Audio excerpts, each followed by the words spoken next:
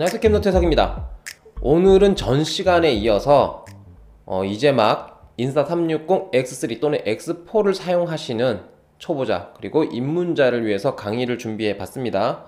저번 시간엔 전체적인 인터페이스 그리고 어떤 기능이 있는지를 알아봤다면 오늘은 키프레임 찍는 요령을 알려드릴 거예요. 키프레임을 찍음으로써 여러가지 변화무쌍한 화면들을 만들어낼 수 있는데, 뭐 키프레임 그까이 건 뭐 대강 그 방향 바뀔 때마다 원할 때마다 찍어주면 되는 거 아니냐? 틀린 말은 아니에요. 맞아요. 맞는 얘기인데 여기에도 요령이라는 게 필요하거든요. 초보자나 입문자가 만든 영상에서 자주 보이는 게, 본인이 그걸 의도한 게 아닌데도 불구하고 특정한 구간에서 앵글이 확 바뀌어버리는 그런 모습을 볼 수가 있어요. 저도 가만 생각해보면 예전에 처음에 이런 앱들을 다룰 때 내가 그렇게 하려고 한 건 아닌데 좀 부드럽게 여기서 저기로 옮겨가는 그런 시각 변화를 만들고 싶은데, 이 키프레임을 찍다 보면 이상하게 어떤 특정 구간만 휙휙 돌아가더라고요. 그래갖고 뭐라 그래야 되나, 상당히 좀 조잡해지는 느낌도 있고 부자연스러운 느낌이 많이 생기죠. 이걸 의도해서 좀 튕기듯이 화면의 앵글 끝으로 가서 여기저기 튕기듯이 일부러 그렇게 만드는 경우도 있지만, 초보자들은 키프레임 찍는 방법에 대해서 그 요령이 익숙하지 않으니까 실수를 많이 하시는 것 같아요. 그래서 매우 기초적이지만 스티칭 작업 과정에서 리프레임 하는 게 제일 중요하다고 볼 수 있거든요. 왜냐하면 이걸 통해서 결과물이 어떻게 얼마나 멋있게 재미있게 볼만하게 나오는지 결정이 되는 거기 때문에 요거는 기본적이라도 꼭 알아두고 사용하시는 게 좋을 것 같습니다. 바로 시작을 하도록 하죠. 지금 보고 계신 화면은 인스타360 전용 어플 중에 PC용입니다. 보다시피 오늘 작업할 내용의 샘플이 있죠. 여기 보면 누군가 좀 멍청하게 서 있는 것도 보이고, 자, 요걸 보시면 일단은 타임라인에서 길이를 좀 줄여볼게요. 이 막대로도 줄일 수 있지만 위에 있는 버튼으로도 가능하죠. 그리고 화면은 보다시피 16대 9로 여기 이렇게 정해놨습니다. 시작하기 전에 제가 어떤 식으로 작업할지를 먼저 알려드려야 될 것 같아요. 지금 여기 보면은 위쪽에 이런 구조물이 있죠. 이게 뭔지는 제가 잘 모르겠어요. 어쨌든 구조물이 있는데 여기서 쭉 내려와서 우측으로 방향을 전할 거예요. 이쪽을 바라보고 있다가 다시 좌측으로 이렇게 바라보는데 조금 더 넓은 화각으로 바라보는 장면을 만들 겁니다. 이 장면이 어떻게 만들어진다라는 걸 이 과정에서 키프레임 찍어가며 알려드릴 텐데, 잘못된 예시부터 제가 찍어 드릴 거예요. 자, 일단 작업을 위해서 너무 불필요한 구간이 많으면 시간이 많이 걸리니까 이렇게 좀 잡아낼게요. 이 안에서부터 제가 내려오는 앵글이거든요. 여기부터니까 이렇게 잡아두고요. 이것도 불필요한 건 싹 밀어버릴게요. 자, 대강 이렇게 맞춰놓고, 샘플이니까 제가 대강 하는 겁니다. 무엇을 어떻게 하느냐가 중요한 거니까. 자, 여기서부터 제가 쭉 내려오겠죠. 근데 여기까지가 최고치로 확대된 장면이기 때문에 조금 더 극대화된 효과를 주기 위해서 마우스 휠로 이렇게 화각을 조금 더 당겼어요. 자, 여기서부터 이제 시작을 할 겁니다. 그럼 여기서 키프레임을 찍어줘야겠죠. 여기죠. 이렇게 찍어주면 저번 시간에 알려드렸지만 저렇게 밑에 목표로 해서 키프레임을 삭제하는 버튼까지 다 있어요. 다시 잡아줘야 되네. 자, 잡았고요. 키프레임을 다시 눌러주면 이렇게 생기죠. 요런 화각들이 여러 가지가 있습니다. 여기서 바로 설정해도 되긴 합니다. 근데 저 같은 경우는 미리 보기에서 직접 이렇게 직관적으로 하는 걸 좋아해서 요 기능은 잘 안 쓰긴 하는데, 어쨌든 요렇게 바로 할 수도 있죠. 자, 이제 여기가 이제 시작점이라 치면 이렇게 내려오겠죠. 그리고 대강 조금 더 가서 요쯤에서 이제 우측으로 돌아줘야 돼요. 그죠? 자, 그래서 이제 작업을 좀 해볼게요. 자, 여기까지는 제가 말씀드린 대로 내려오고 있어요. 자, 여기서 이제 또다시 확대되어 있던 화각을 좀 더 넓게 잡아줍니다. 그러면 조금 더 극대화된 효과를 볼 수 있으니까 한번 볼게요. 그쵸? 자, 이렇게 해서 키프레임을 2개까지 해놨습니다. 1번 그리고 2번 키프레임까지 만들어 놨어요. 자, 근데 만약에 여기 내려올 때 내가 조금 더 빠르게 하고 싶다 그러면 타임 시프트를 쓰면 되겠죠. 눌러주고 두 번째 키프레임까지, 그리고 여기 보면 이제 모션 MD가 적용된다 적혀 있네요. 자, 배속은 뭐 대강 할게요. 대강 뭐 6배속 정도. 왜냐면 이렇게 한다는 걸 보여드리는 거니까 뭐 이건 별로 중요한 것 같지 않아요. 재생해 볼게요. 이런 식으로. 물론 배속 설정을 본인이 각자 원하는 대로 이제 선택을 해야 되겠죠. 그리고 이렇게 키프레임 겹쳐져 있을 때는 이걸로 타임라인의 선을 늘려서 작업해 주시면 돼요. 이게 겹치니까 안 보여서 당황하시는 분도 계시더라고요. 그러니까 이걸 이용해서 안 보인다, 너무 겹쳤다 그러면 이런 걸 눌러서 작업을 해 주시면 됩니다. 자, 일단은 원래대로 돌렸고 2번 키프레임까지 갔어요. 이렇게. 자, 이제 3번이면 우측으로 돌아야겠죠, 제가. 자, 한 요정도 와서 이제 미리 보기에서 제가 쇽쇽 돌려서 이쪽으로 바라봤어요. 그리고 조금 확대를 할게요. 자, 여기 맞춰놓고 키프레임 하나를 또 찍었어요. 그러면 아까 그 구조물에서 쭉 내려와서 우측으로 쇽 이렇게 보겠죠. 자, 그 다음에 이 우측을 바라보고 있는 걸 어느 정도 지속을 해줘야 돼요. 여기서 3번에서 4번까지 지속을 해주는 겁니다. 그렇지 않고 3번 이후에 4번에서 다시 왼쪽으로 돌아가는 걸 눌러버리면 튕기듯이 여기 오자마자 다시 왼쪽으로 돌아가는 거거든요. 이쪽으로. 그렇기 때문에 지속을 해주는 거예요. 약간은 지속 시간이 뭐 얼마나 되든 일단 지속을 위해서 4번 키프레임을 이렇게 넣어 준 거예요. 여기까지가 4번이니까 이제 마지막이죠. 좌측으로 돌아가는 앵글이 이렇게 여기쯤에, 원래는 더 돌리려고 그랬는데 멍청한 애가 저기 서 있네요. 자, 대강 여기까지 맞춰 놓을게요. 지금 어떻게 어느 방향으로 흘러간다는 것만 보여드리는 거니까 뭐 중요하지 않다고 생각해요. 자, 이렇게 해서 5번까지 제가 처음에 어떻게 작업할 거다라는 거 그대로 됐죠. 자, 이제 재생을 눌러서 어떤 느낌인지를 봐야 됩니다. 내려오고요, 우측으로.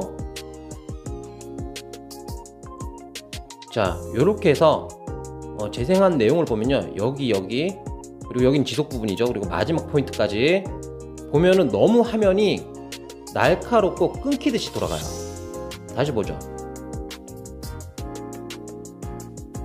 자, 이래 버리니까 어떤 화면의 흐름, 영상의 흐름이 부드럽지 못하고 자연스럽지가 못하잖아요. 여기서 문제가 뭐냐, 이미 잘 다루시는 분들은 아시겠지만 키프레임의 간격이 문제예요. 여기 보면요, 지금 위에서 아래까지 내려오는 거는 문제가 없잖아요. 근데 이번 프레임의 초가 보면 3초예요. 여기 그죠? 3초 보이죠? 3초고 이제 3번 프레임까지 간다라고 하면 1초 지난 4초예요. 자, 그리고 5번 프레임 한번 볼게요. 4번이죠. 이게 4번을 보면은 5초, 마지막 5번이 6초. 그러니까 1초 간격으로 되어 있어요. 제가 임의적으로 1초를 맞춘 건 아니지만 일단 내가 원하는 대로 작업을 했을 때 거의 1초의 텀을 두고 키프레임이 생성이 됐습니다.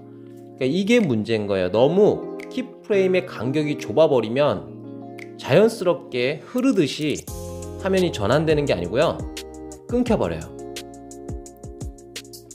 요런 식으로.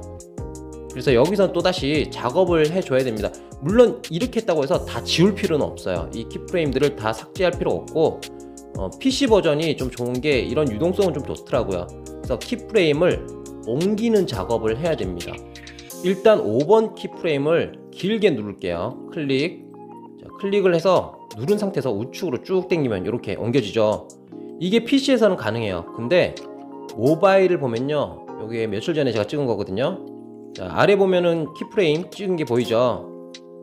저희 집 고양이랑 같이 산책 나갔다 오는 건데 더워서 죽을 뻔했어요.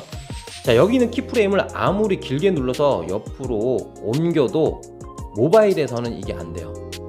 이게 안 되니까 이것도 참고를 하셔야 됩니다. 모바일에서는 말 그대로 리프레임 하는 갱신을 해야 돼요. 여기 보이죠? 갱신. 요걸 해야 됩니다. 자, 다시 돌아와서 PC에서 또 이렇게 4번을 또 옮길게요. 임의적으로 옮기는 겁니다. 왜냐면 키프레임 간격을 어느 정도 맞춰주려고. 자, 이게 그런 거예요. 키프레임의 간격을 맞추는 거에 대해서 어떤 규칙이나 정해진 기준이라는 건 없는데, 원활하고 부드럽게 찍는다 라는 개념이면 약간의 어떤 규칙 같은 게 있다라고 보시면 돼요. 아주 간단하게 외우려면 3초의 규칙이라고 보시면 됩니다. 지금 제가 여기 보면요, 6초로 맞춰줬어요. 3초잖아요. 2번 프레임이 3초인데 3번 프레임을 6초로 맞춰놨고 4번까지는 이 장면을 지속하는 거니까 이건 뭐 그렇다 치더라도 이제 5번 4번에서 5번은 또다시 방향이 바뀌는 거잖아요. 요것도 3초 정도 이렇게 잡아놨어요. 7초니까 10초까지. 그리고 화면을 좀 잡아줄게요. 아까 그 멍청이가 안 보이니까. 자, 이렇게 해서 화각도 조금 넓게 잡아놨어요. 이렇게 하면은 어떻게 되느냐, 영상이 부드럽게 전환이 돼요. 제가 여기서 다시 볼게요.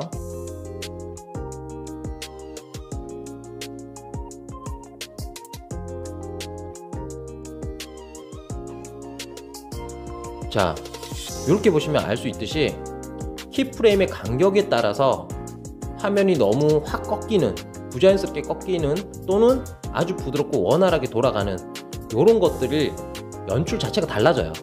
그래서 초보들이 잘 모르고 여기서 이렇게 돌려야지 키프레임 툭 찍고 할 때 이런 걸 간과할 수가 있더라고요.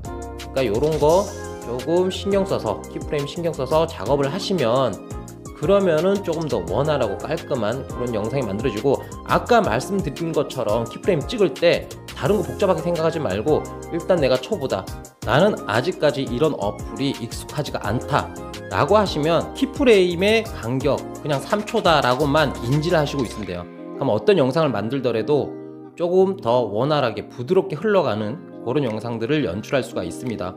요거는 샘플이라서 제가 대강 이렇게 이런 식이다, 이런 차이가 난다라는 걸 보여드리는 거고, 영상 작업에 따라서 이 화면에 전환이 확확 이루어져야 되는 그런 장면들도 있죠.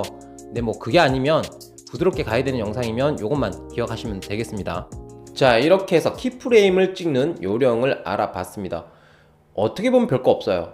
별거 없는데 꼭 하나의 규칙처럼 좀 스무스하게 이동하는 그런 장면을 만들고 싶다면 키프레임의 간격을 신경을 좀 써야 된다. 요게 주요적인 거거든요. 요게 익숙해지면 뭐 화각을 어떻게 바꾸든 상당히 재밌게, 그리고 부드러운, 스무스하게 넘어갈 수 있는 그런 영상들을 많이 만들어낼 수 있습니다. 그러니까 자주 해보는 게 중요해요. 자주 해보는 게 중요하고, 이런 스티칭 작업들, 그러니까 스티칭은 사실 우리가 하는 건 아니죠. 소프트웨어가 알아서 두 영상을 붙여주는 거니까. 근데 이제 이런 리프레임 작업하는 게 상당히 번거롭다라고 생각하시는 분도 있어요. 어떤 측면에서 번거로워요. 번거로운데, 왜냐면 일반적인 카메라나 액션캠으로 촬영을 했을 때는 이 결과물을 가지고 영상을 편집할 수 있는 툴을 이용해서 뭐 컷 편집을 하든지 뭘 하든지 그때 거기서 작업을 하면 끝나는 건데, 이거는 이제 리프레임 작업을 하고 그 다음에 또 동영상 편집을 해야 되기 때문에 번거로울 수는 있어요. 물론 저번 시간에 제가 알려드렸지만 인사360의 전용 앱 보면은 편집 기능이 추가가 됐죠. 그래서 그걸로 간단한 편집은 가능하지만 좀 디테일한 작업하기에는 부족하거든요. 그래서 결국은 동영상 편집을 또 거쳐야 되는데, 대신에 일반적인 액션캠과 카메라들을 흉내낼 수 없는 그런 앵글들, 변화무쌍한 퍼포먼스 좋은 그런 영상들을 만들 수 있기 때문에 저 같은 경우는 정말 잘 써먹고 있거든요. 근데 열심히 찍어서 정말 기초적인 키프레임을 제대로 찍지를 못한다 그러면 어색하고 좀 날카롭고 너무 화면이 전환 속도가 빨라서 문제가 될 만한, 그러니까 매끄럽지 못한 그런 영상을 만들면 너무 아깝잖아요. 그래서 준비해본 영상이고요. 또 다음 시간에는 제가 좀 더 여러분들이 응용해서 잘 써먹을, 원래 이런 강의가 그래요. 초반에는 초보자들을 봐야 되니까, 배워야 되니까, 기초를 다져야 되니까 어느 정도 다룰 줄 아는 분들이 보면은 뭐 저건 다 아는 내용인데 저 얘기를 뭐 하려고 뭐 이렇게 생각할 수 있어요. 근데 가면 갈수록 난이도라는 게 배운 만큼 쌓이니까 난이도라는 게 높아지게 돼 있는데, 다음 시간에도 아마 제가 볼 땐 좀 기초적인 부분을 다루지 않을까 싶어요. 회를 거듭해야지 좀 더 재미있는, 그러니까 이미 익숙하게 쓰는 분들도 재미있는 팁들을 배울 수 있을 것 같습니다. 어쨌든 오늘 영상 여기까지 하고요. 저는 이만 꺼지겠습니다.